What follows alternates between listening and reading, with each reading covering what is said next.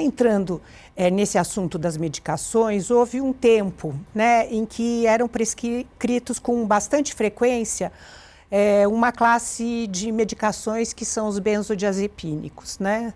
Não sei se depois até o doutor pode dar um exemplo aí dessa classe aí de medicações. E atualmente nós estamos vendo uma prescrição excessiva de uma outra classe de medicação, que são as drogas Z, e que temos aí como exemplo o Zolpidem, né, por exemplo.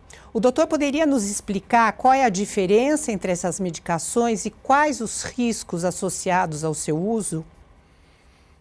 Eu vou pegar primeiro os benzodiazepínicos, né, porque eles estão presentes na prescrição há muito mais tempo, né? Então, na década de 50, antes havia os barbitúricos, que eram medicações que induziam sono, mas elas tinham um risco muito grande de intoxicação. E, além disso, as tentativas de suicídio feitas pelos barbitúricos, elas eram mais bem-sucedidas, vamos dizer assim. Então, havia mais morte, né, com os barbitúricos, e quando surgiu os benzodiazepínicos, você teve uma certa margem de segurança, ou uma falsa margem de segurança, mas quando comparadas a essas medicações mais antigas. Quando os benzodiazepínicos surgiram, houve uma febre também de uso, né? Porque eram medicações que traziam uma melhora da ansiedade, traziam uma melhora do padrão de sono, e assim, não havia a percepção, ou não havia claramente a percepção, que essas medicações poderiam causar dependência. Né? Então, hoje a gente tem, né, uma porcentagem populacional significativo de usuários de benzodiazepínicos.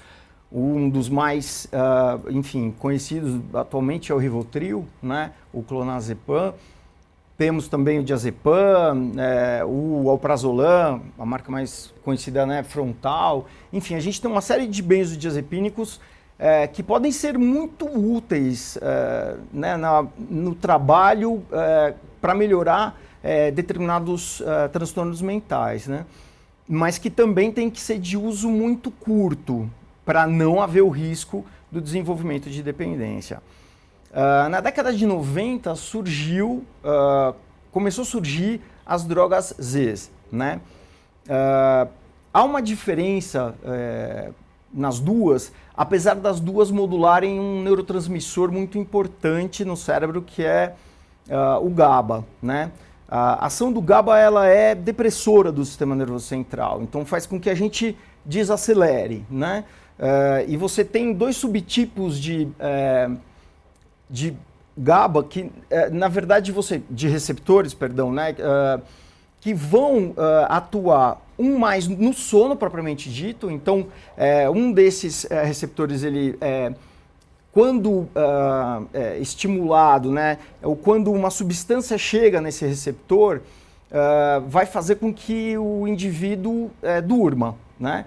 Ou facilite o dormir, né? Então, existe uma parte que é hipnótica e outra parte que também acaba diminuindo a ansiedade, e é uma parte que também pode dar a depressão respiratória, né? Então, se você tomar uma quantidade grande de benzodiazepínico, que ele age, né, nesses dois receptores, você não vai só ter a indução do sono, como você vai ter a melhora da ansiedade, mas também um risco de uma depressão respiratória, de uma parada respiratória, né? Se tomado em grande quantidade, se associado ao álcool.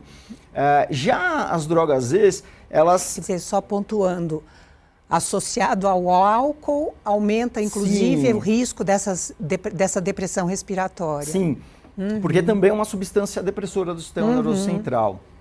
Quanto mais substâncias você acaba agregando, né, depressoras do sistema nervoso central, o risco de parada, né, respiratória, uma depressão respiratória grave e uma parada respiratória é muito grande.